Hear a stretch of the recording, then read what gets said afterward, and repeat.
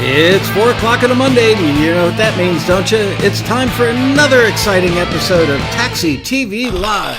Yeah, baby. My voiceover timing was a little bit off today. Hello, everybody. Welcome to the big show.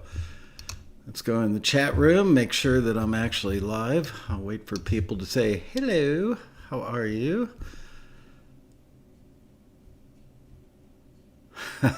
Oh, good. I'm showing up. Yay. Good morning, Michael. Good morning, Amanda. How are you? What time is it there?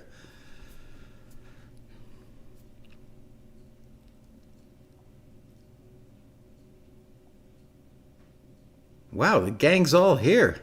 Woohoo! Big turnout today. All right. Let's say hello to some folks. We've got El Rosso Emil, Simon Burnham, Dean Turner, Robbie Hancock, Carl Wurzbach, Janet Snare, Terrell Beckless, Alan Hall, John Pearson, Gordon Snow, Akira Kenyon, Martin Frog, Doug Hartwell, Kim Daenerys, Karen Brasher, Chris Anderson, Amanda West, Gloria Covington, Edmund Red, Keith and Deb McCall, Cass McKenty, Alan Hall, Pierre Venio, Stuart McClellan, Alex Dillon, Debbie Ward. Wow, you guys are all here. Good job for showing up. It is Monday. I want to let you know right here at the top of the show that I will be doing a Quarantini happy hour tomorrow at 4 o'clock. But that'll be it for this week because we have Thanksgiving on Thursday. So no Quarantini on Thursday. And then we'll be back again next Monday with a regular episode of Taxi TV and Tuesday and Thursday Quarantinis next week, okay? So there you go. There's all that. Let me make a little adjustment here. All right, there we go. That's all good. All right.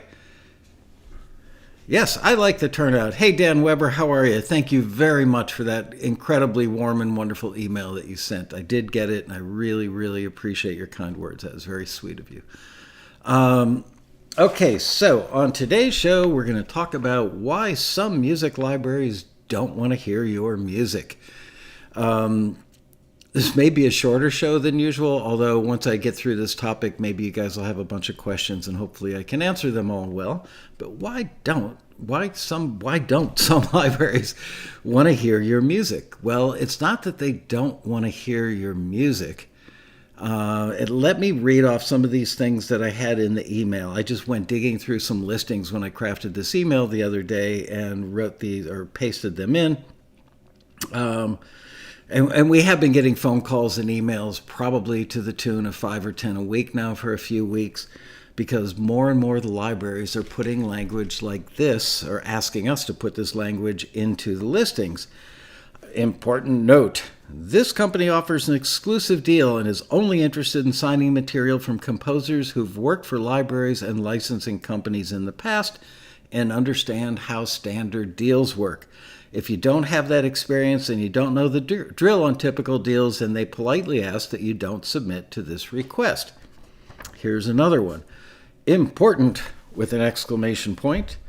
Per our client, your submissions must not be encumbered by any other publishing, licensing, administration, and/or exploitation deals, whether non-exclusive or exclusive, including publishing/licensing agreements with CD Baby, TuneCore, DistroKid, etc. Next one. Note. This company is not interested in composers that turn in 1 or 2 tracks every couple of months. They want composers who have experience writing full albums in this genre. They're only interested in signing material from composers who've worked with music libraries and music licensing companies in the past and understand how those deals work. If you don't understand the drill on library deals, they politely ask that you don't submit to this request. Here's another one. Important note. This producer has specifically asked that you only send unreleased songs that aren't already commercially available. If you've already commercially released them, then they can't use them. This includes on Spotify, CD Baby, etc. So a couple little different twists on this theme I'm seeing here. Here's yet another one. Important. Per our client, your submissions must, number 1, not be encumbered by any other publishing, licensing, administration, or exploitation deals, whether non-exclusive or exclusive, including publishing, licensing agreements with CD Baby, TuneCore, DistroKid, etc. And number 2, that they need to be 100% original, no sound-alikes, cover songs, and no recordings with samples, unless, of course, those samples are samples of your own work. Here's another one. Quoting the company, only artists and writers affiliated with ASCAP, BMI, CSAC, and APRA-AMCOS are eligible to submit their music for this opportunity. So there you go. So let's talk about this. Bria and I were talking. By the way, Bria is producing today's show, so if you see the yellow Taxi Independent A&R pop up, that would be Bria. Liz is getting her teeth drilled at the dentist today. So my guess, I'll get to that in due time. All right. So the number one reason, and we went over this actually during the road rally. Excuse me. I'm always a little amazed, especially this year, that the road rally was online and nobody had to pay for travel. Nobody had to leave their home. Anybody could go watch it after the live stuff. They could go watch the archives. Yet not every Taxi member does that, and it kind of blows my mind because there was such incredible information on the panels this year at the rally. You know, just tons of great information, and I think there were at least 1 or 2 panels where this got discussed. So let's go to the first one, which I believe is pretty similar to the second one. Company offers an exclusive deal and is only interested in signing material from composers who've worked for libraries and licensing companies in the past and understand how standard deals work. That's the key phrase. If you don't have that experience and you don't know the drill on typical deals, they politely ask that you don't submit to this request. So, as library executives have said on TAXITV episodes and said on Road Rally panels, it's becoming a huge, huge problem. Like I said, we're getting 5 or 10 of these calls or emails a week from members who are a little ticked off, and I understand that. I really do. It's like you see a listing and you go, I've got the perfect piece of music for that, but they don't want me to submit because I've never done a library deal before. Well, as it happens, a lot of people, believe it or not, don't know how the library side of the music publishing industry works. They just don't know. And they've never had the experience before, so they submit something through Taxi. It gets forwarded by the screener, and then it gets sent to the library, and the person who does the intake at the library hears it and goes, wow, this would be a great addition to our catalog. So they do some due diligence on their end. That might be looking at the roster of ASCAP or BMI, looking to see if the song is registered there yet, looking to see if they can find any evidence, I guess, or any breadcrumbs that lead them to the composer. Just they're curious. They want to know. And so they do all that stuff, which takes them a little bit of time. And then they reach out to the Taxi member / composer / artist / songwriter, and they say, hey, this is John from John Doe Music Library, and I would love to sign that piece of music from you, whether it be an instrumental or a song. And they start this conversation, and all is good during the conversation. They say, well, that's great, man. Great to meet you. Let me send you out the contract so you can take a look at that. And then when the member / songwriter / composer / artist gets the contract, they go, holy crap, I can't believe it. They want 100% of the publishing, which is actually not true. They don't want 100% of the publishing. They typically want 100% of the publisher's share, which is actually only half of the publishing, which means that if you make $1, they make $1. I know that many of you who are here today are Taxi members who watch the show regularly, and you know this already, but the very short version of this is, for every publishing dollar, there is the publisher's share and there's the writer's share. The writer's share, almost 100% of the time, with very few exceptions, stays with the writer. The publisher's share goes to the publisher. In the old school record industry side of music publishing, that was a whole different scenario. They would hear songwriters they liked. They would offer them a staff writer deal. They would advance them money ranging from, I don't know, $10,000, $25,000, $50,000, $100,000, depending kind of where that writer was in the world. If it's somebody who's very desirable and had some sort of track record before, they might get a bigger advance, and that's what it is. It's an advance. Somebody who's new to the game and doesn't have a track record would obviously be offered less money. And what they're doing is paying you an advance as a stipend to keep food on the table while you're busy writing songs. And you would write 12 songs a year, or you would turn in 12 songs a year. And they would approve them, say, yep, this is over our quality bar. Yep, this is over our quality bar. And if you got to the third one or fourth one, it wasn't something they felt that they could make money with. No, that one doesn't count against your 12 because it's just not good enough. So eventually you get to the point where you've given them 12 songs. Then they go out and try and exploit those copyrights by plugging them to artists on major record labels typically. And when it earns money, they are collecting their advance. They're earning their advance back. So let's say that you got 50 grand. Well, they get that 50 grand, comes back to them in the form of what used to be mechanicals. They're not that big a deal anymore because people aren't stamping out CDs or LPs as much. And the performance royalties that you get when your music airs on TV or on radio. There are many more complicated things that I won't go into today because that's a whole different subject about how you get paid when stuff is on YouTube or on Spotify, blah, blah, blah, blah, blah. Whole different thing. So anyway, that was kind of the old school model. The production music library model is basically a 50-50 deal. And by the way, under that old school model, I should have said that sometimes they'll do what's called a co-publishing deal, which means that the writer or creator gets 100% of the writer's share, which is typical throughout all deals. No matter if it's production music library or regular publishing, as in the record side of the industry.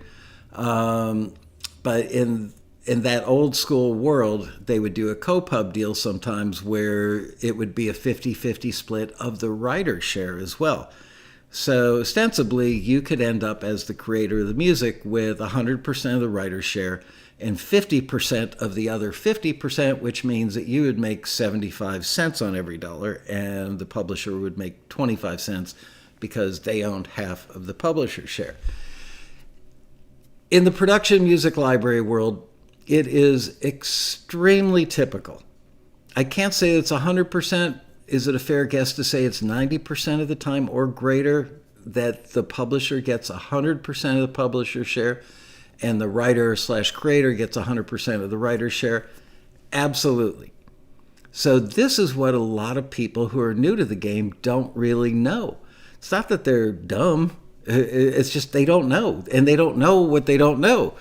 So they might reach out. They get this contract. They're all enthused. Oh boy, a publisher, a music library wants to sign me. And then they get this contract. And typically the library contracts are fairly short compared to what a publishing contract might look like with like Warner Chappell or Sony ATV or Universal Music Pub. And I would say that's probably a 2 or 3 or 4 page agreement. They're not all the same, but they are in a ballpark. I would say the vast majority of them are in a ballpark, meaning that they're pretty similar. There are variations on a theme, but they're pretty similar. So now you get this thing and you look at it and you go, well, hold on a minute. This says that the publisher gets 100% of the publisher's share. So you reach out to a friend of yours who's a lawyer. real estate lawyer in Ottawa, Illinois.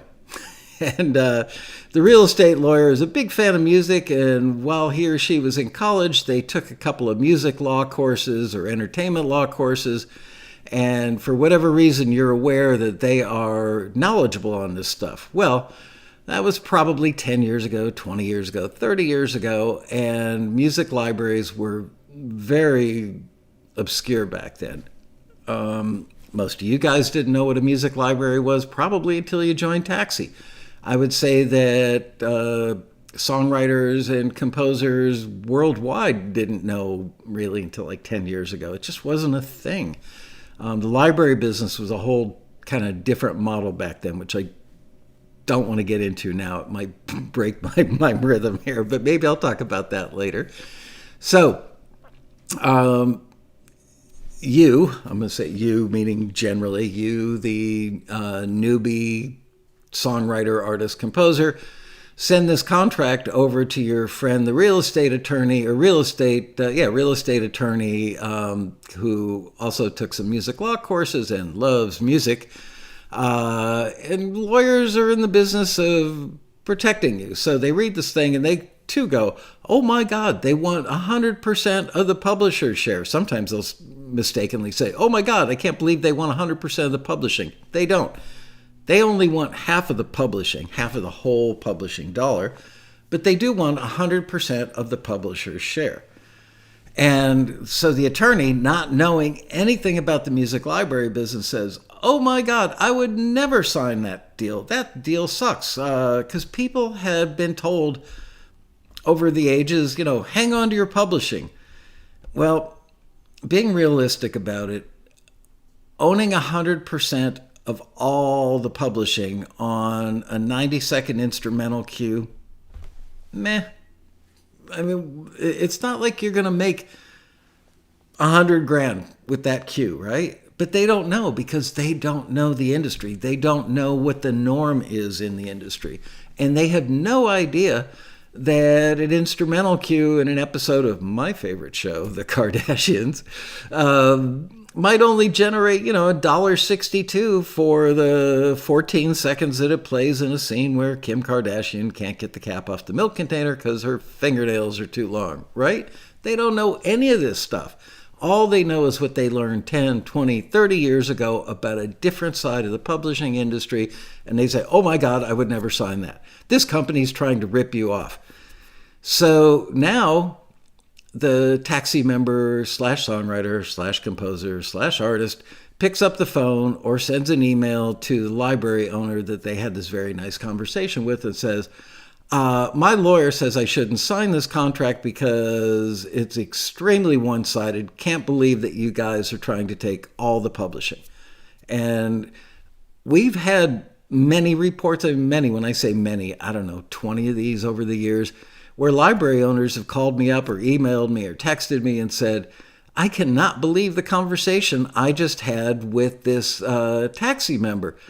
Had a really nice conversation, offered him or her a deal. They ran it by an attorney friend of theirs, and now they're calling me up and they're literally badgering me and raising their voices and getting kind of nasty, saying, how dare you? You're trying to rip me off. They're not. It's just, unless you are experienced in the ways of the production music library industry, you just don't know. So that's why they want people who are experienced, because they don't want to invest the time to do their due diligence, have the conversation with you, generate the contract, which is going to be a standard contract. There are a few exceptions, but they're really rare. And as a new writer / composer, you're not going to have the ability to have them negotiate the contract. And you know what? I'm going to make a note right now so we can talk about when you can negotiate a better deal.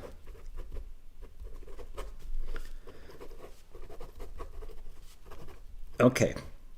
So you immediately think, oh my goodness, they're trying to screw me. They're trying to take advantage of me because I don't know anything because I'm new to the game. They're not. It's their standard deal.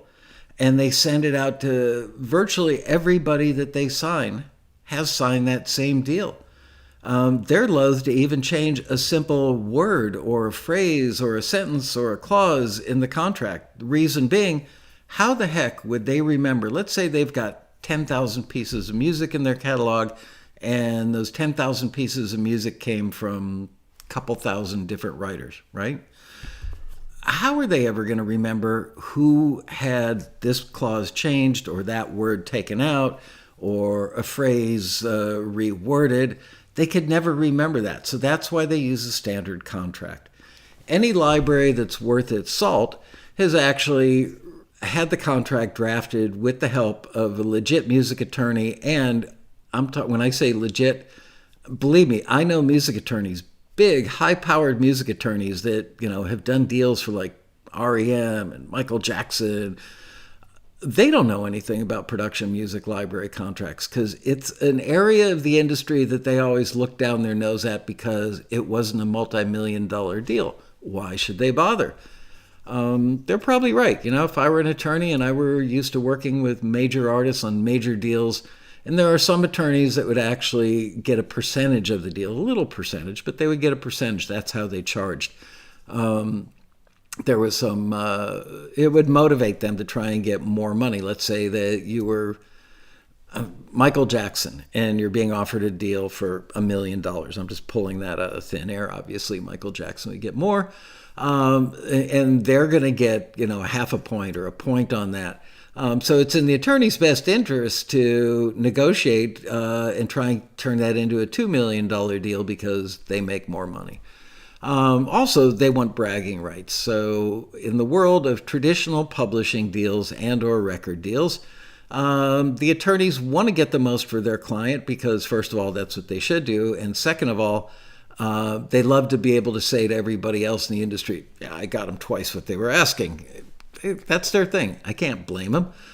So they just never took the time to learn the library side of the industry because, frankly, up until, without sounding braggadocious about it, Taxi was really the first entity in the industry that kind of introduced the concept of thousands of homebound musicians with home studios making music that ended up in production music library catalogs. Before that, it was professional composers that worked mainly for libraries, and there were maybe 5 or 10 or 20 composers that comprised an entire catalog. That's why everything sounded kind of homogenous, and they would look at the library owner would look at charts, maybe hear a little 4-track demo that was done on like a TAC 4-track or something, and they go, okay, I want to cut that one, that piece, and that piece. And then they would assemble all the pieces of music that they wanted to do. They would have charts made of them. They would go into a big studio like Ocean Way. They would hire top shelf session players, and they would cut all the rhythm tracks for 10 or 20 or 50 or 100 new tracks or songs. And then they would bring in the string players, and they would put strings on everything that needed strings. Then they bring in the horn players, put horns on everything that needed horns. It's kind of an assembly line factory with great players, great studios, but the stuff ended up sounding kind of like, stock music or canned music because it was. So then back in around 1993, I believe, we got a call from a woman named Susan, who owned a production music library, and she said, can you find me horrific music? And I said, horrific as in really bad or for horror flicks? And she went, the latter. So we ran a listing. And if memory serves, one of our members named Steve Clark, who lives somewhere here in Los Angeles, actually made her really happy with some of his music. And to the best of my knowledge, that was probably the first time in the history of the library industry where a little schlepper from a home studio got their music into a library catalog. And that really was the shot heard around the world. I'm sure there were one-offs that happened because somebody lived next door to a music library owner, or somebody who was related to one, or maybe a musician that played parts on the compositions of other library people said, hey, I can do that too. I'm sure that things like that happened, but I believe to the best of my knowledge, that Taxi really was the shot heard around the world that introduced the entire concept of independent home studio musicians getting their music into production music catalogs. It would be nice in a perfect world to think that all that mattered is the music. But as I've been teaching you guys for about 11 years now on TAXITV and all the variations thereof, and the Road Rally and our newsletter and our forums and everywhere else we can teach this, it's the music business. The words carry equal weight. It's kind of an assumption that the music has to be good or the business part of it isn't going to take place. So it was kind of a free-for-all. As more and more people started getting home studios and started getting really good as composers and producers, and maybe they belonged to Taxi, so they learned about what the structure of a cue was like. They learned that, it has to feel like it's going somewhere, that it's got some forward momentum, that it grows and builds and drops back down and has edit points and then has a big finish with an exclamatory stinger ending on it. All those little rules of the game became common knowledge amongst many of you. What didn't become common knowledge amongst many people, not just pointing my finger at you, although I just did, didn't I? They started getting accepted by these companies, but when push came to shove over the contracts, they'd go, oh my God, we're right back to that whole scenario, whether they involved an attorney or not, or whether they read that book by Steve Kraslovsky, This Business of Music, or maybe they read, I can't think of his name, Don Passman's book, Everything You Need to Know About the Music Business.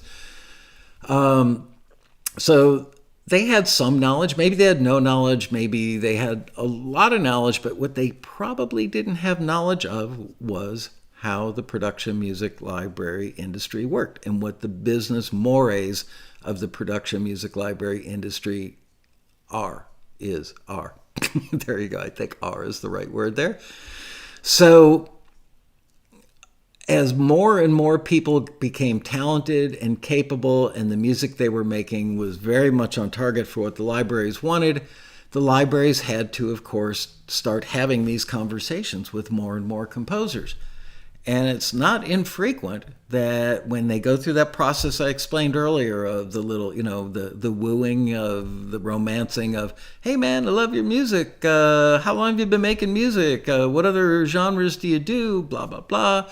I'm going to send you a contract. And that's when the phone call happens or the email exchange. And it's like, holy crap, you want me to sign this? Well, I'll tell you what, I'll let you have my music if you give me, I want 100% of the publisher share and 100% of the writer share. Well, clearly that's not going to work because there's nothing in it for the publisher.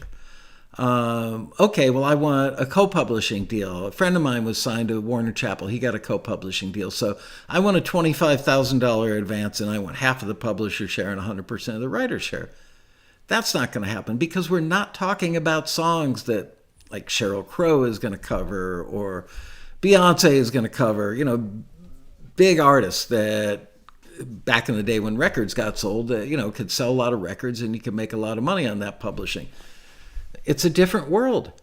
I have a friend who is arguably like the Clive Davis of the production music library world. He has started many libraries, turned them into big libraries, and then sold them. And he's kind of semi-retired, living in a double-wide lot in Mount. Well, actually, I think he moved. But last time I was at his house, he had a double-wide lot on the sand, the most expensive stretch of beach in Malibu, and had two houses that were probably, 4,000, 5,000, 6,000 square feet each. One was his house, and then there was a little colonnade that went from the house to the other house next door. The other house was his office. He's a very, very, very smart man. A lot of the things in the production music library industry are things that he thought of and started over his years in the industry. And he once said something very, very wise to me that I think many of you now know, which is it's a penny business. And you have to get a lot of pieces of music created and get them into many catalogs in order to generate many placements so that the pennies add up and become dollars, and the dollars add up and become a very real income over time. So the people who want to be in that side of the industry hear about that and they go, oh man, look at Matt Vanderbo, look at Matt Hurt, look at Keith LeBrant, you could go down a list of successful taxi members that are making, arguably six-figure incomes all. Maybe there are quite a few taxi members that make, $5,000 a year, $10,000 a year, $25,000 a year, doing it part-time as they're growing their catalog and growing the number of libraries they work with, all that stuff. So now, because this sea change happened in the way that libraries got music, because of Taxi creating that open door for independent musicians, they are now dealing with a bunch of people who just don't know what a typical contract looks like. So that's why they put, this company offers an exclusive deal, meaning that you can't put that same piece of music in any other catalog, and is only interested in signing material from composers who have worked for libraries and licensing companies in the past and understand how standard deals work. If you don't have that experience and you don't know the drill on typical deals, then they politely ask that you don't submit to that request. So, do you get it? I can't blame them, but at this very same time, I feel horrible for people who are hardworking, talented musicians in the form of taxi members in particular. In my case, I feel bad. They see this and they go, what do you mean? Just because I've never done a deal before? Some people, maybe many people, assume, even though it talks about understand how standard deals work, a lot of people think it's a bit of a slap in the face that, oh my goodness, how do they know that I'm not good enough? How do they know my music's not good enough? Just because I've never signed another deal before doesn't mean my music's not good enough. It's not about the music. It's about the deal. So there you go. You guys are chatting away about everything except what I'm talking about. That's all right. I'm ignoring you. Keep chatting. Have a good time. And now we've gotten into the world of CD Baby and TuneCore. I don't know if DistroKid's deal is similar or not. It was mentioned by one of the libraries, but I kind of remember hearing that it's not a deal. But people sign up for the pro level deal.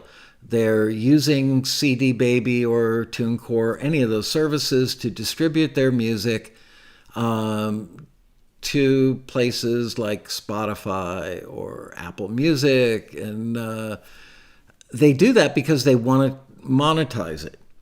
But they see a little phrase that very gingerly asks, hey, would you like us to monetize your music for you? You mean monetize it like in collect publishing money when people put it in a YouTube video or something? Yeah. I mean, that's the spirit of what they're talking about. In some cases, they talk about, will I don't know if plug is the right word, but they'll represent it to film and TV opportunities, which I don't know that they've actually got a staff of people that are out there acting like a music library would. I don't think that's the case very often. I could be a little bit wrong about that. I don't know what I don't know. But so people see that little checkbox and go, oh, hell yeah, I'd love to have you make me a little extra money, monetize my music. So they check the box. And what they don't realize in various forms is they have signed either a publishing agreement, whether it's exclusive, non-exclusive, meaning that the music could be represented by somebody else who could also commission a deal, exclusive, non-exclusive, or administrative, an admin deal, which means they collect the money. Well, in all three of those cases, music libraries, production music libraries, don't want to sign that same piece of music because nothing but trouble can come from that. Because maybe you've forgotten that you checked that box 5 years ago. Some people have been downright sneaky and said, nah, my music's not encumbered, when I think deep down inside they might suspect or know that it is. I don't think that happens a lot, but I've heard of a few cases where I think the people had to know and thought they could just kind of slip it in and nobody would notice.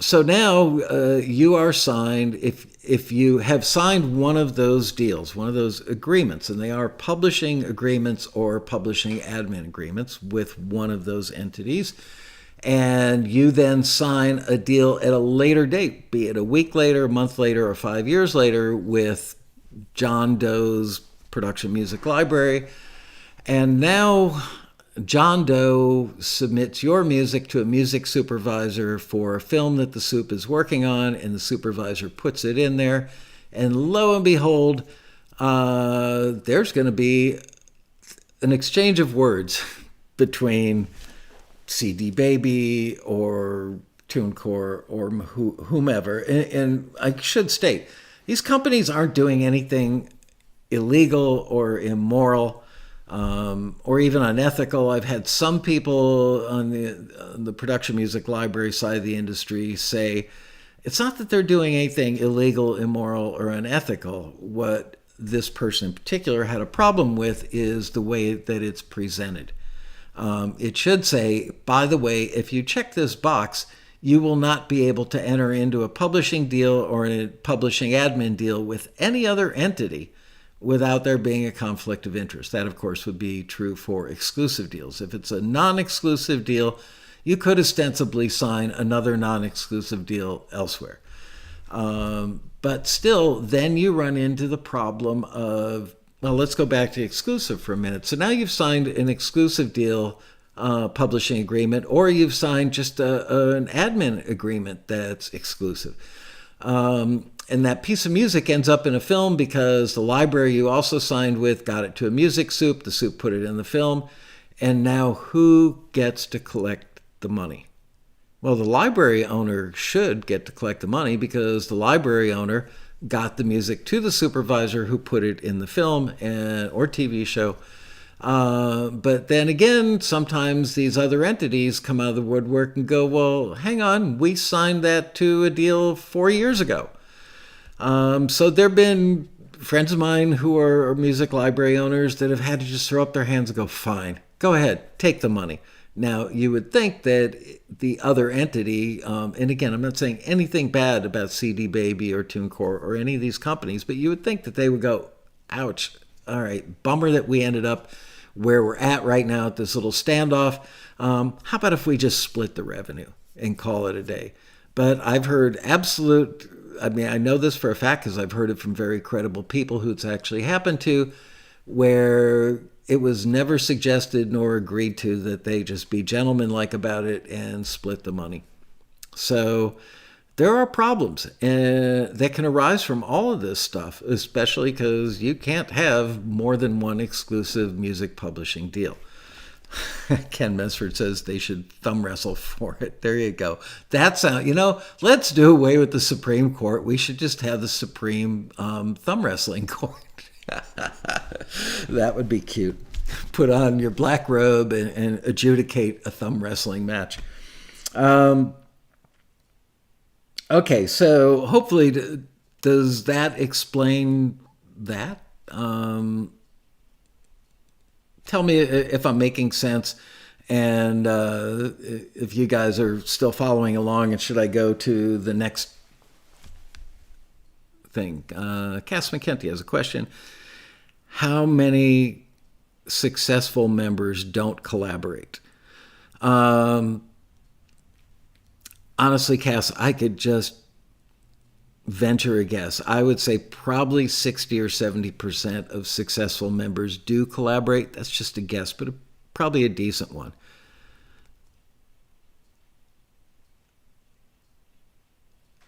Okay. All right. People are saying it makes sense. Yay. Okay. That's good. So now let's move on to this one. This is another one that you'll see pop up in listings. Ooh, hang on, Gloria. Well, you know what? I'll take Gloria's question really quick, and then I'll jump back into this thing. Question. If you understand the production music library deals but are not signed with the library, can you still submit? Well, then, Gloria, I knew somebody was going to ask that question, and it's a really good question. Here's the problem.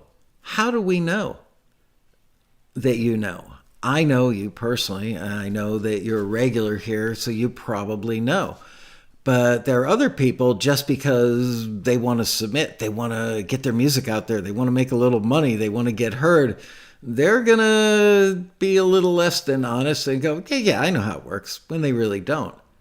So that's a problem. I've actually, as recently as today, had a discussion about maybe we should have some sort of taxi certification, that if you're a taxi member and you take a test, like a driving test, that shows that you know this stuff, then you are okay to submit anywhere.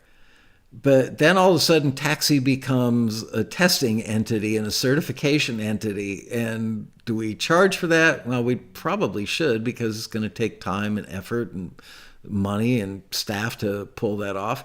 But I think that we have, Terrell Beckless says, yes, test. Haven't we all heard enough about testing lately? I mean, really? All right, I'm going to take a sip of Red Bull Blue Edition today.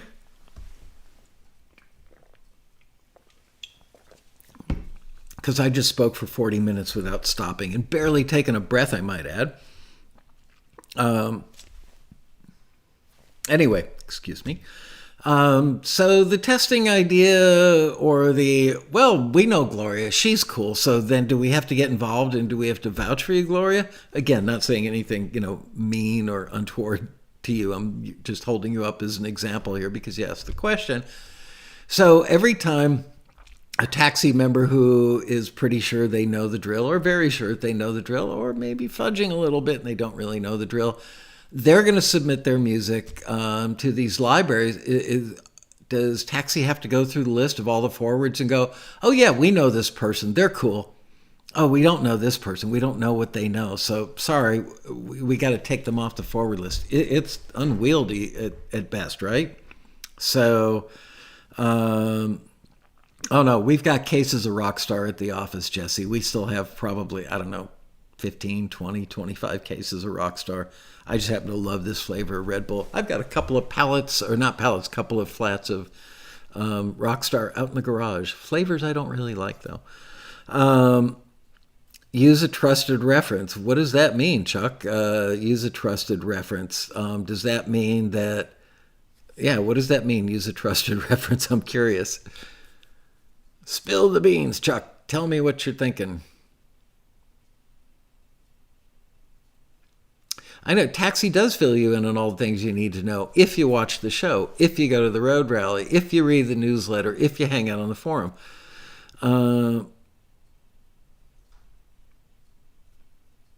You're welcome, Robbie. I didn't send you the mug. Actually, it's like Shopify or somebody that fulfills the orders, but thanks for buying it. They're kind of cool, aren't they? I like them. So maybe someone who teaches a course. Well, okay, so does that mean now that if Taxi forwards 67 things to a library, that, again, we have to reach out to every member on that list of 67 people and think that they're actually going to respond to the email in an hour, which they won't, we know from experience. Honestly, if I send out 67 emails, only 20 of those people will even open the email, and only 5 of those 20 will even bother to respond to it. Those are real numbers. I'm telling you, from almost 29 years of experience, that's the world we live in today. So can't do that.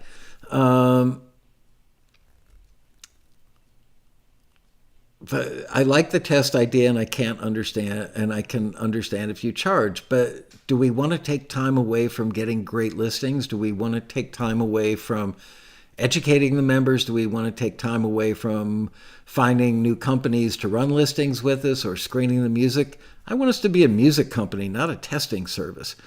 Yay, Jan Weilich just got Taxi mug today.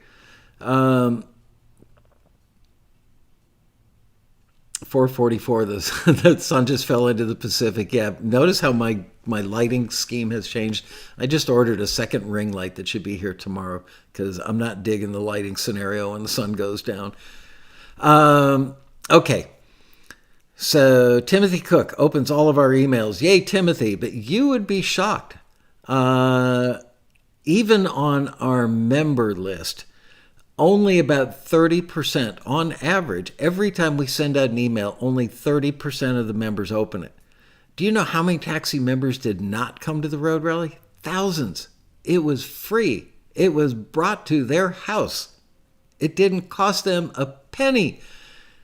And yet, 2/3 of Taxi's members didn't lift a finger or take the time to turn off the Kardashians and turn on the road rally so they could learn this stuff. But those are probably the first people to get a phone call from a library owner and then start badgering the owner, going, what the hell, man? I'm not signing this contract. Here's what I'll sign. I want you to change this. I want you to change that, because they don't know the reason. They don't know what you've learned so far in this episode. They don't know that libraries have standard contracts, because it'd be impossible with thousands of composers, writers, and artists to keep track of who's got which terms. So they just have a standard contract. Either you want to do business with us or you don't. And frankly, I think I've reported before in previous episodes, I think twice in Taxi's almost 29 years of being in business and having worked with thousands of companies, only twice have we ever regretted working with a company, meaning that they turned out to be something different than they presented themselves as, or they told us their deal was X, and then once they got comfortable and found that Taxi's members made great music and they were getting a bunch of great music, then they changed up their deal. Maybe not, in any huge way, but enough that it pissed off members and we had egg on our face. It wasn't our fault that they changed the deal and didn't tell us, but hey, Taxi introduced me to this company. Now this company is a creepy company, so I get it. But like I said, twice out of thousands. Right, Marion Laird says, I imagine people who didn't come to the virtual road rally are the same ones who aren't here for TAXITV. Yeah, it's true. I affectionately kid around with the people that watch the Quarantini happy hours, that they've become like, teachers' pets. We're all like a little family. They've learned a lot. We talk about gophers in my backyard and my tomato plants and stuff, but I think that I've taught a lot of good stuff over the time, but I realize not everybody's got an hour to hang out. Not everybody's got a 90-minute slot to sit down and watch this show, and they won't. They'll look at it and they'll turn it on and watch a minute or two and go, oh my gosh, I can't believe this is 90 minutes. Yeah, okay, but it's a lot shorter than a college education, right? Nope, I think we've got something better than a certificate. Bria and I were talking about this morning. I had a little list that I wrote down about 3 months ago regarding this, and then Bria blurted out this morning. I went, well, the fact that both of us came up with that independently of each other, there's got to be something to it. I'll tell you in a bit. Savannah, Philia, how are you? Been a year since we've seen each other. Savannah was one of the people that came by after the road rally in 2019 and did the post-road rally roundup show at the office. A lovely young lady at that. Talented, I should say.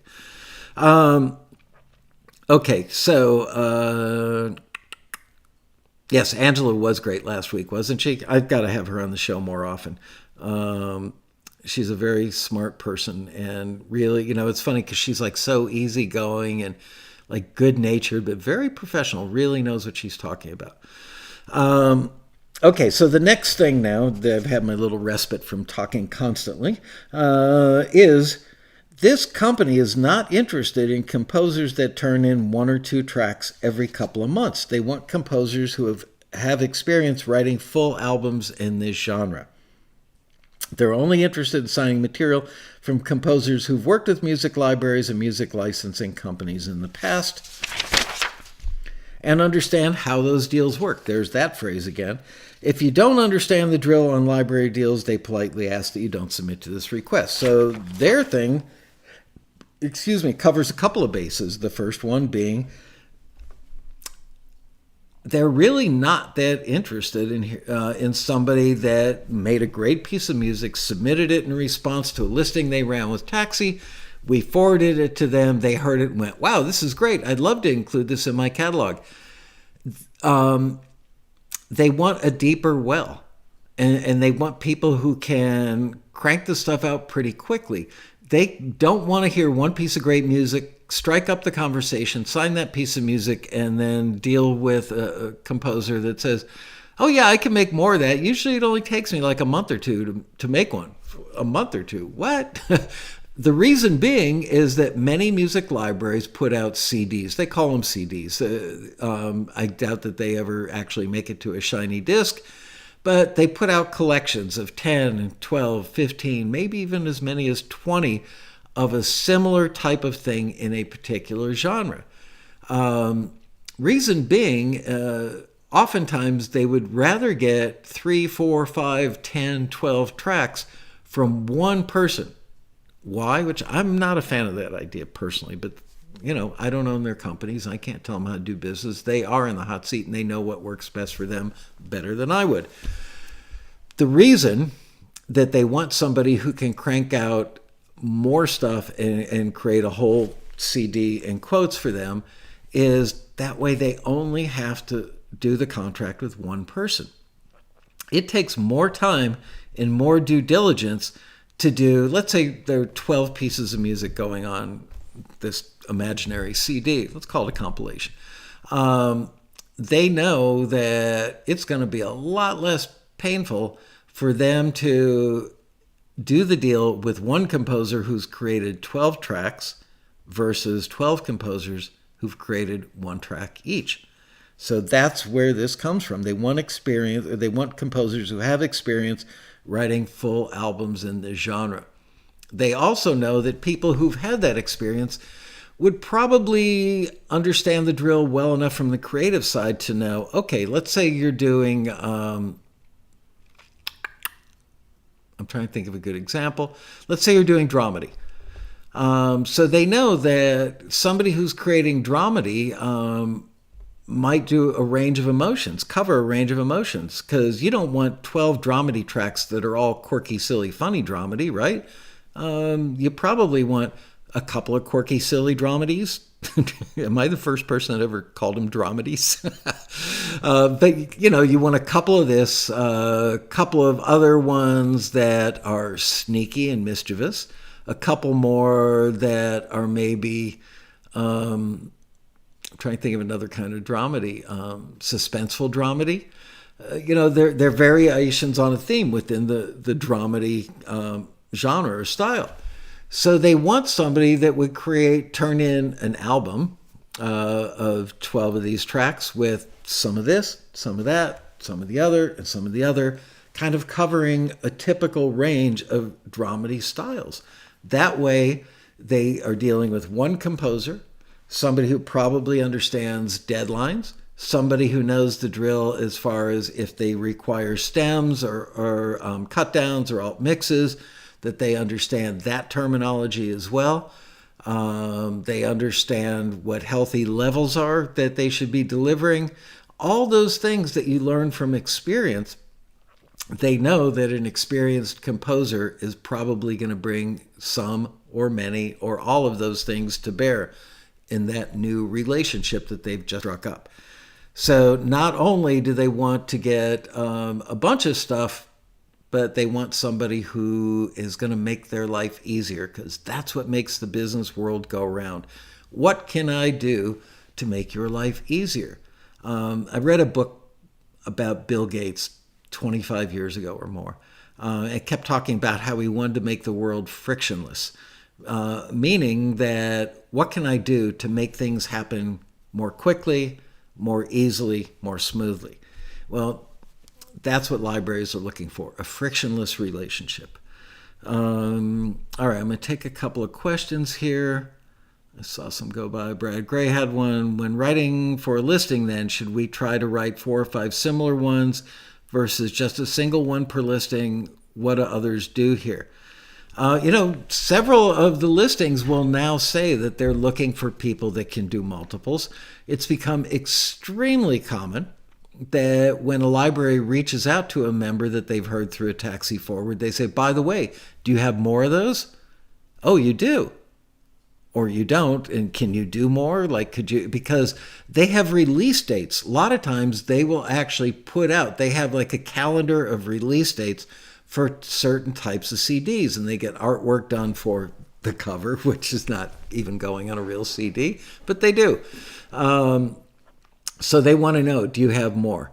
So it wouldn't be a bad idea that if you have the capability, if you've already got your template set up to do a quirky dramedy piece, why not, after you finish that one, do a mischievous one or two, do a sneaky one or two, whatever the other variants on dramedy are.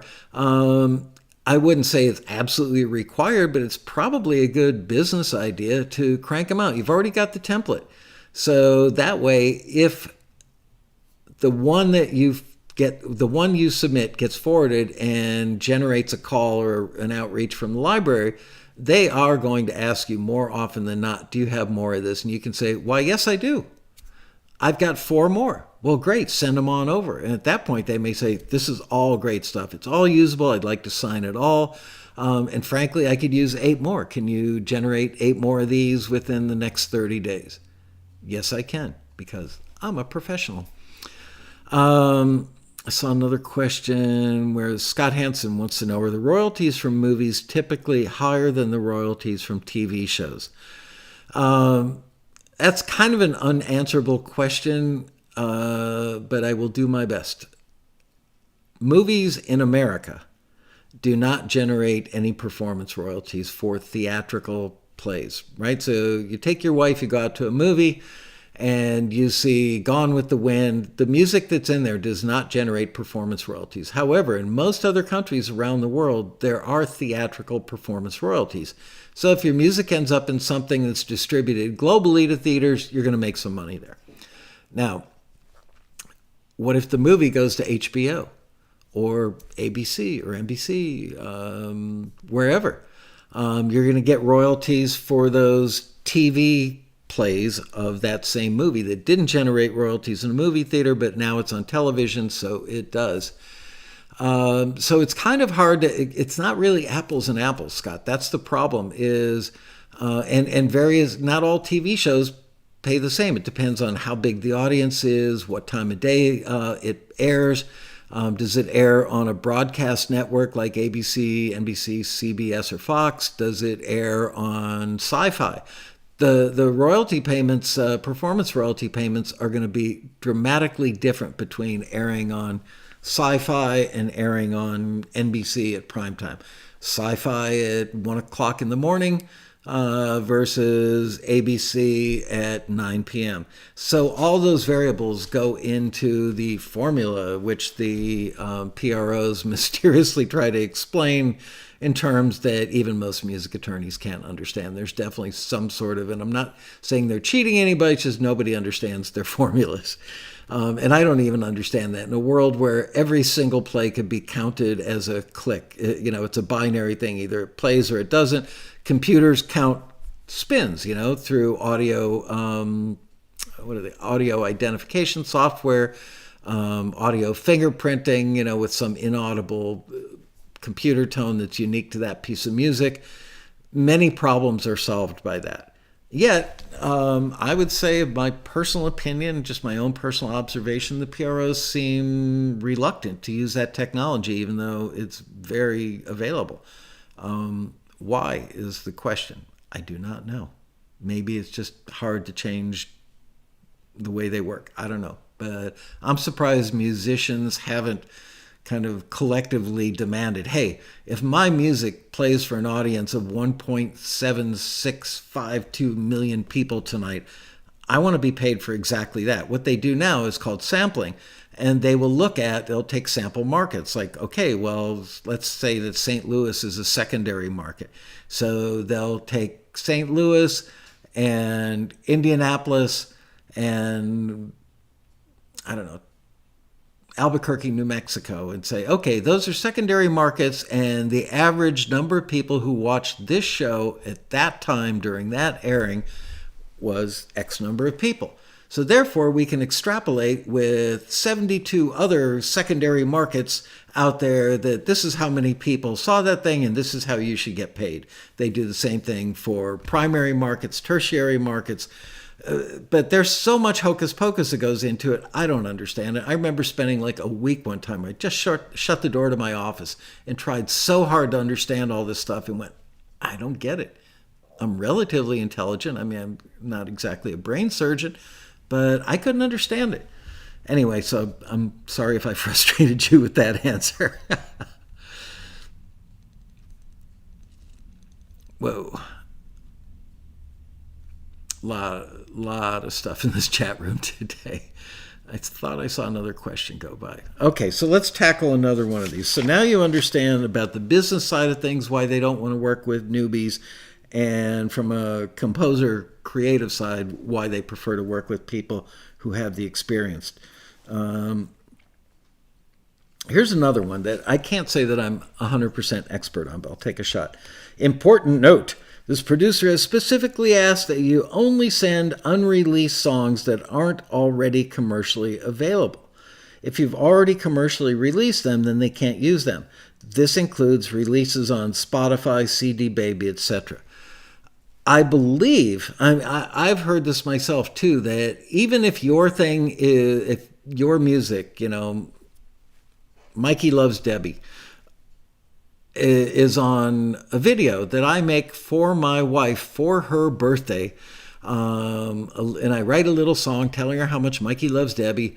And I put that up on YouTube, and only 12 immediate family members ever see it. That disqualifies my song from being cut. Now, I don't know. I don't think it's a legal reason or a technical reason. They just don't want stuff that's been out in the marketplace before. And this is something that's relatively new, I believe. And it's a result of there are all these other avenues out there. So you sign up for CD Baby Pro or TuneCore, whatever it's called. And I understand this. Look, you guys have music. You've made the music. You've invested a lot of time, money, and effort. And now you want to make some money with it, even if you don't sign up for them to be the publishing admin company or the publisher of your music. If all you're using them for is their basic distribution service, a major label artist in some cases, and again, I don't think it's for legal reasons or even a business purpose so much as they want something that's virgin territory. That where it's not their version of Mikey Loves Debbie isn't going to compete with my version of Mikey Loves Debbie. That maybe their release could make my thing blow up and mine's the one that goes viral ultimately. Because people are going to search for Beyonce's version of Mikey Loves Debbie, and they're going to see my thing right next to it. And then they're going to start clicking on that. Maybe they'll like it, and maybe they tell a million friends. And so now Beyonce's got competition from the songwriter. I think that's the case. I could be wrong about that, but I'm kind of feeling like I'm pretty right. Another variant on this language is only artists, writers affiliated with ASCAP, BMI, CSAC, APRA, AMCOS are eligible to submit their music to this opportunity.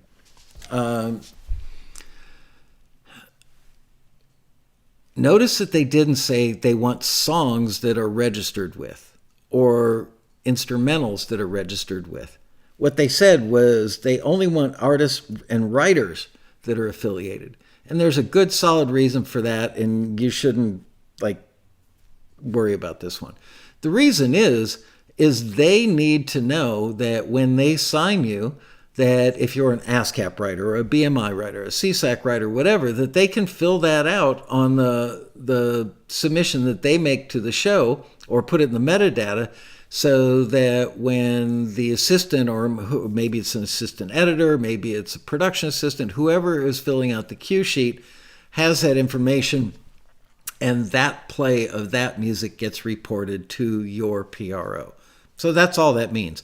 If you don't have a PRO, it doesn't mean that you have to have that song already registered with the PRO. The libraries are probably going to do that. But they want to know that when push comes to shove and it's time to distribute that money, that your PRO is going to get your money to then distribute to you at a later date because you belong to a PRO. Excuse me.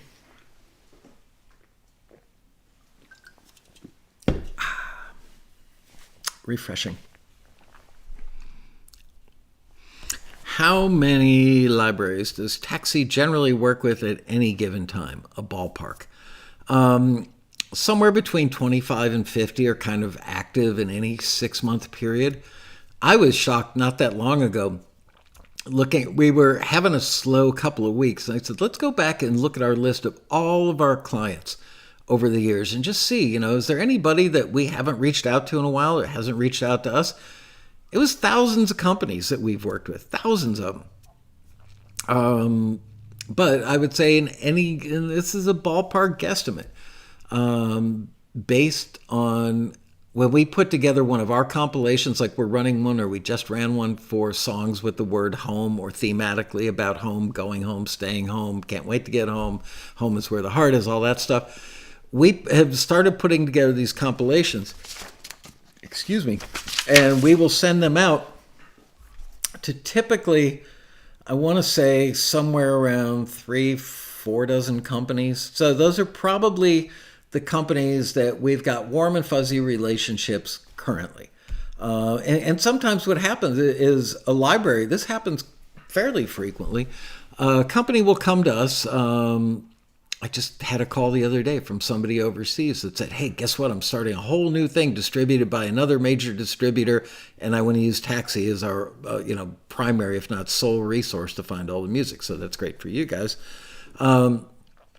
Companies use Taxi to build almost their entire catalog. Nobody has kind of the reach that Taxi has and the connection with as many songwriters, artists, and composers as we do, that acts as a funnel to libraries. So yeah, they could sit there and reach out to people they know that might equal 100 people, whereas we can reach out to thousands. When they reach out to 100 people, then they've got to do all the curation of the music. When we reach out to thousands, we do all the curation, and they know that whatever they get from us is going to be over the quality bar and stylistically on target. Then it's just a matter of choice by them. Do I think that I can exploit this piece of music? Maybe a great piece of music, but might not be great for their client base. Anyway, so I forgot where I was going with this, but basically, yeah, we work with dozens of companies in any period of time. And so let's say somebody starts using Taxi to build virtually an entire new catalog with 3, 4, 5, 10,000 tracks over a period of time. They might go gung-ho. I'm sure you guys have noticed sometimes there are a bunch of listings that sound like they've all come from the same company, and they probably have because they're building a new catalog. At some point, the catalog gets robust enough that they go ahead and launch it, or they've kind of reached capacity on what they need and want, and they slow down on the number of listings that they're running. So they may be gung-ho and in our face for a year or two, and then all of a sudden they drop off and we barely hear from them. And then maybe 9 months to 2 years later, they come back because it's time to start adding new stuff because tastes have changed. What's hot and gets licensed frequently changes. Maybe stuff that they signed, let's say EDM that was made in 2018 is no longer as current sounding as EDM that's made in 2021. So then they're looking for more fresh EDM. That's the word, fresh.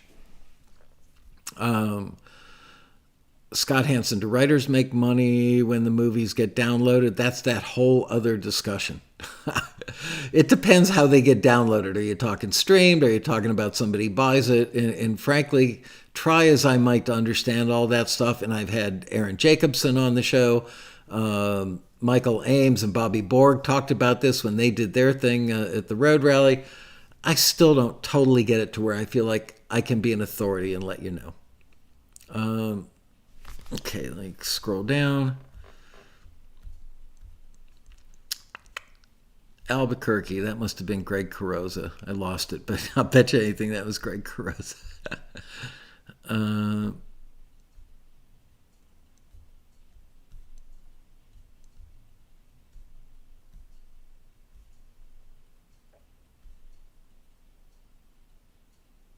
I think it's best to not register songs with your PRO unless you know who is signing them, right? Generally speaking, the writers want to register, the libraries want to register with the PRO, your song, not you as a writer, composer with the PRO, but that particular song. They most often prefer to do the registration. If you've registered it, then they have to do some sort of transfer thing where the registration now goes in the publishing company's name. Damn, these things are just going by. Dog and Pony Productions. Question. So if I'm registered as an artist with BMI and all my instrumental submissions, then don't need to be registered? Right. Most oftentimes the libraries will do that for you.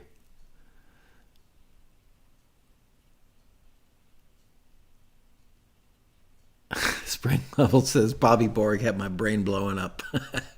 Nice. Marion Laird, I can't think of a great question. Wow, that must mean I've done a really good job so far.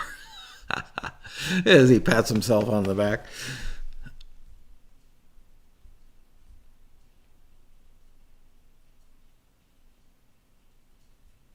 Question. How can you identify the fake listings from the real deal? Are you talking about how does Taxi identify the fake listings from the real deal, or talking about you as a musician when you are out there on the internet looking at other services that claim to do what Taxi does?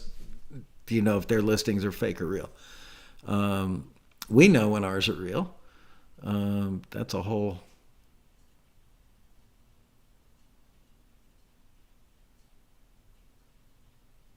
Correct, Brad Gray. Wait until the publisher signs you. More often than not, they would prefer to do it.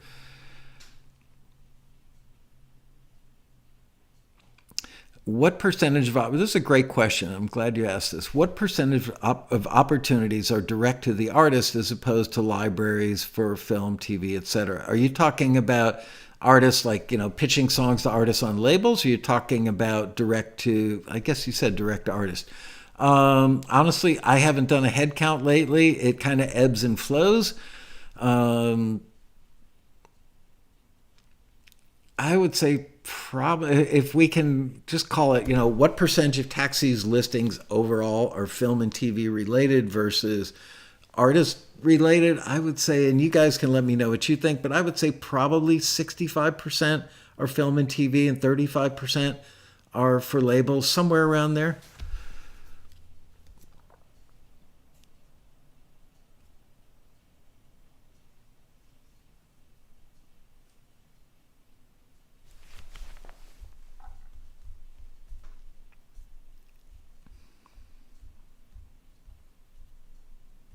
I'm scanning. Sorry. For those of you who are not part of the live crew today watching me stare at my screen, I'm sure it's not very exciting, but I'm just looking to see if there are any great questions.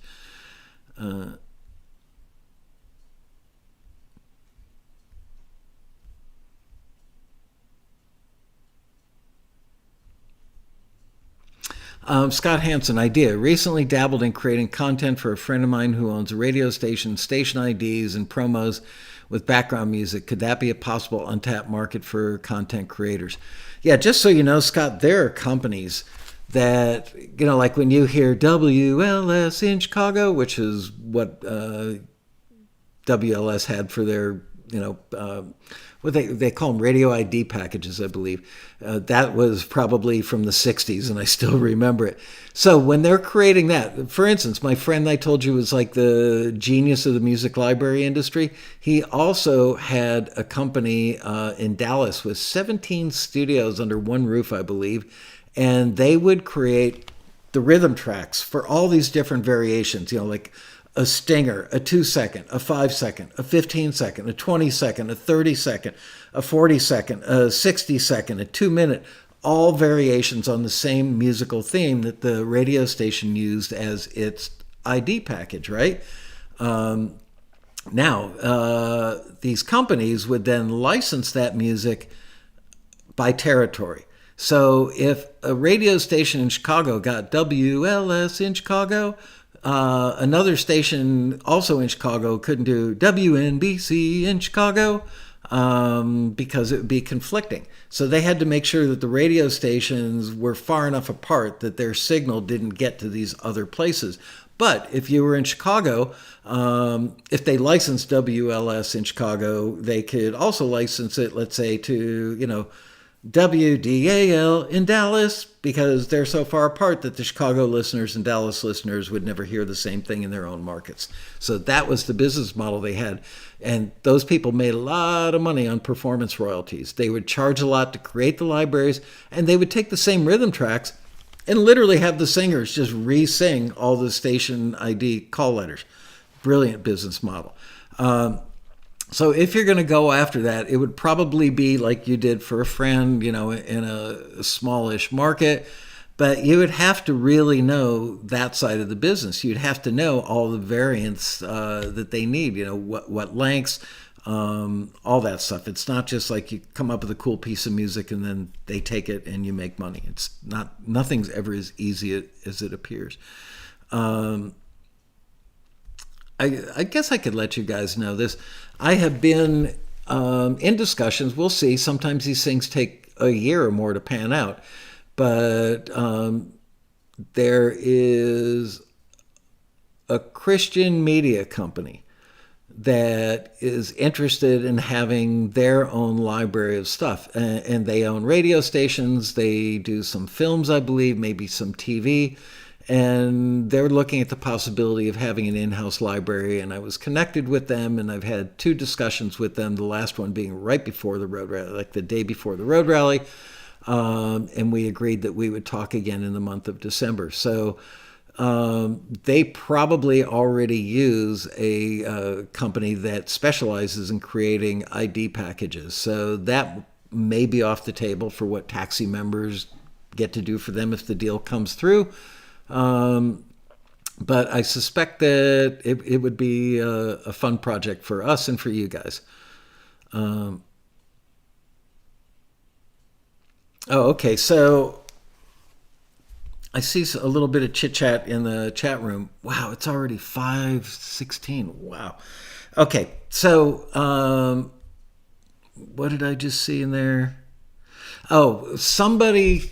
Here's a classic example. In one of the staff members, I was at the office for about 4 hours today, and one of our member services people said to me, yeah, we frequently get calls from people who go, oh my God, I don't want to sign this song in perpetuity for 100 years. What, are they kidding me?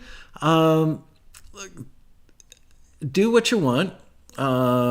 It's not a one-size-fits-all world, but people in the know who understand the norms of the industry know that the deals basically come in 2 types.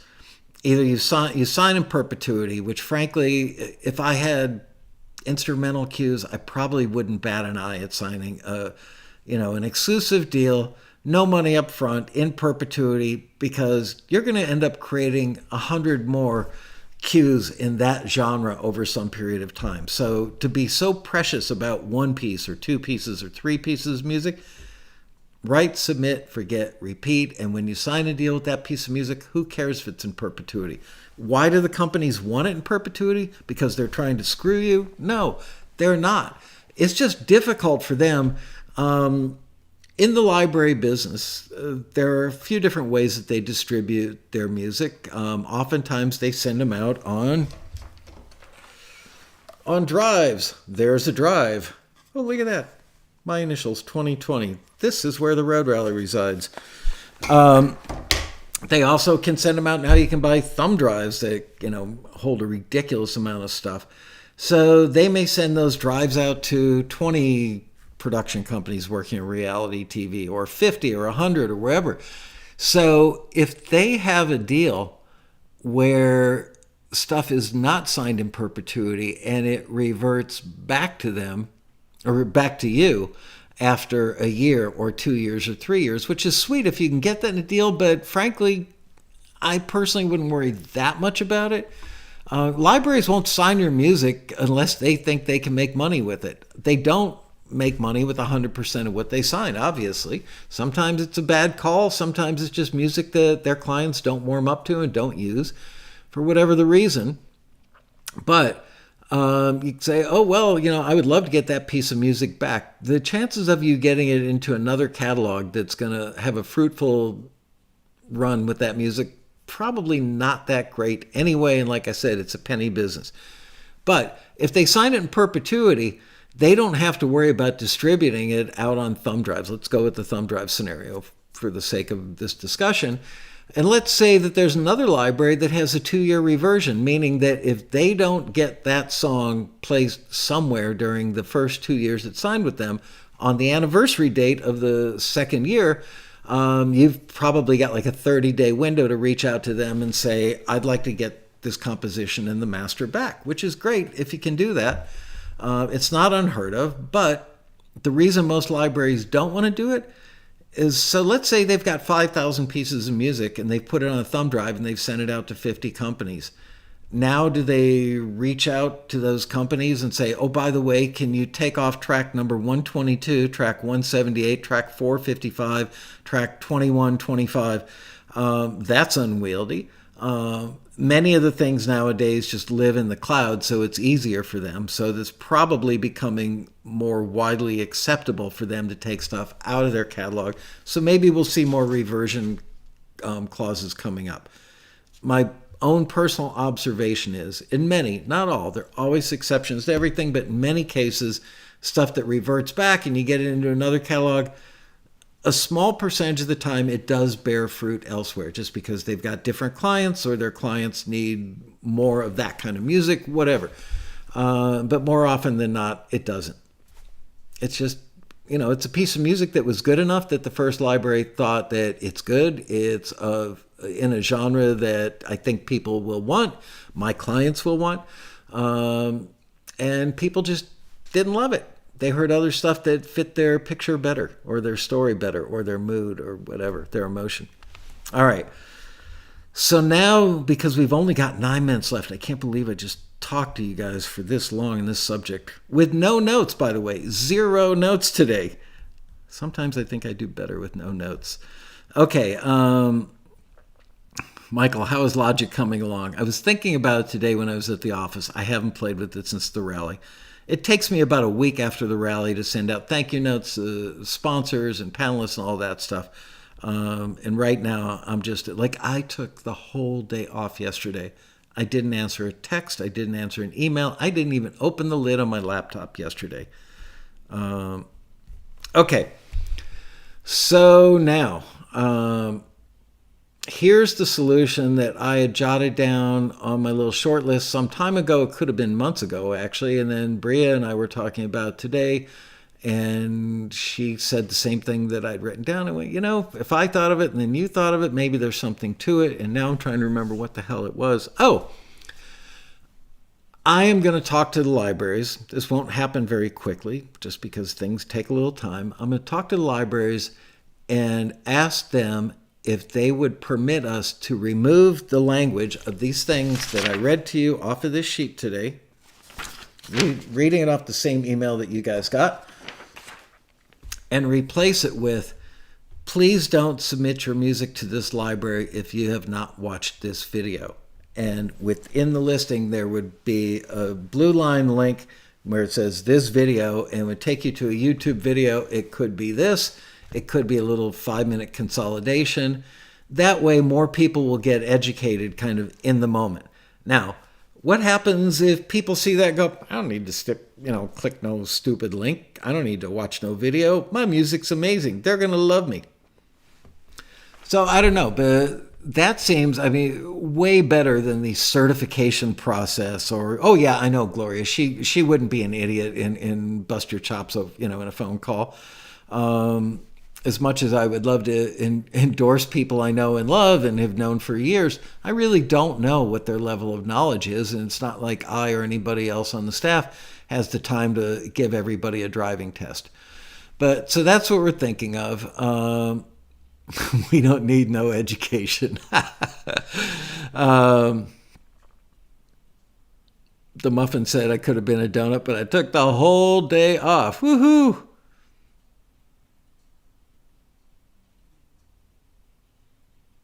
Anyway, so that's where we're at. Sometimes, ever heard of Occam's razor? It's basically, I think you might call it a postulate that says, oftentimes the simplest answer is the best.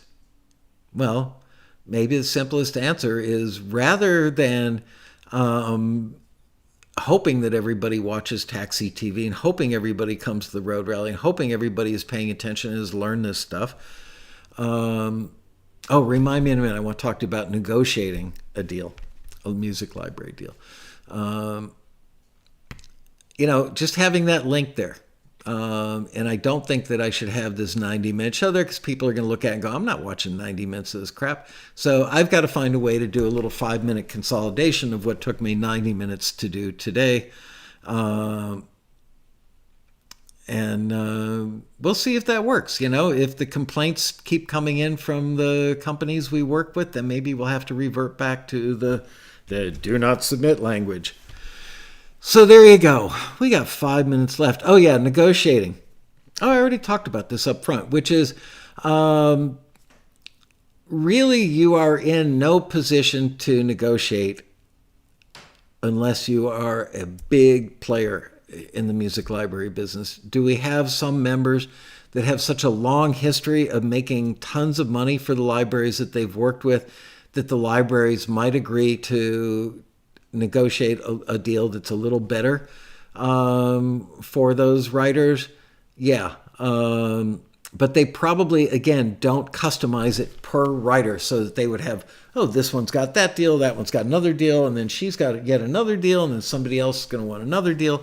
They probably have like the standard deal and then maybe like 1 or 2 or 3% of their people that they've worked with for a long time that have made them a lot of money, and they want to keep them happy so they don't jump ship and go elsewhere with their music and make somebody else a lot of money.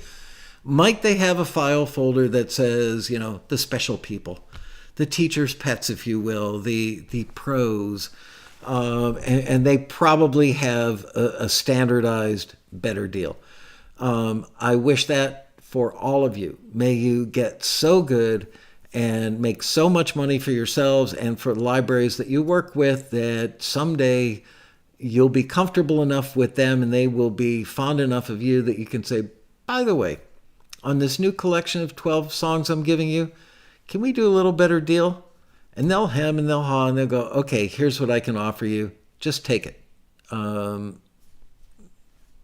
Just take it, because they're not going to create customized deals for 20 people or 50 people or 100 people.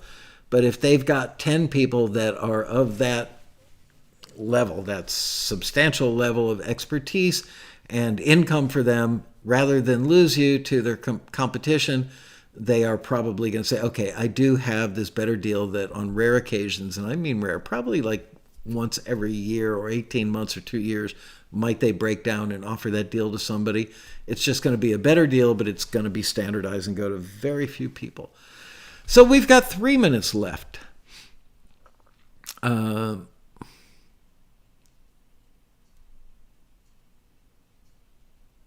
looking to see if there are any more questions in there.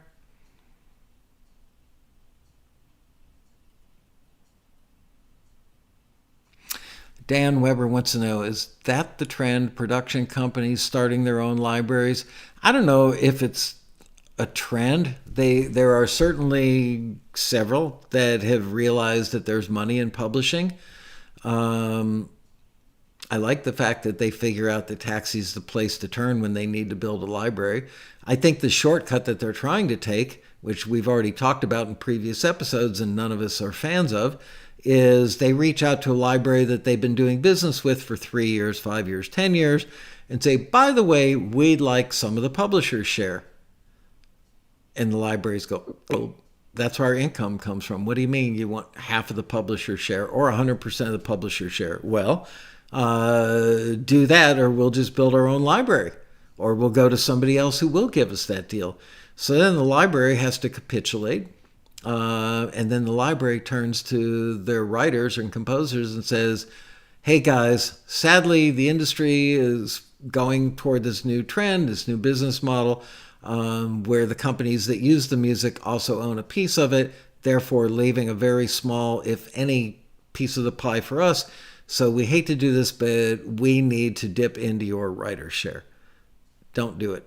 It's a slippery slope. I hope it never gets so bad. Remember, Discovery tried to do this a year or so ago, that they were going to do direct licensing, and it turned into a big mess, and eventually they capitulated and backed down. So there you go. All right, we're down to our last minute. A day of learning the biz. Yes, spring. I think that about sums it up. That's right. Bria's reminding you, don't forget to hit the like button if you enjoyed this episode. You know what? Hit the like button if you appreciate the fact that I just freestyled for 90 minutes and didn't curse once. I hope it was helpful, you guys. And that's that. I will see you guys tomorrow. Tomorrow we will be doing God only knows what on the Quarantini Happy Hour, but let's have a little bit of a party atmosphere because Thanksgiving is coming for those of us who live in America. All right, you guys, be well. Thanks for hanging out. Thanks for paying attention. We'll see you tomorrow at 4 o'clock. Don't forget to hit the like button. And if you're not a subscriber, hit that red button. Doesn't cost a penny. Bye-bye.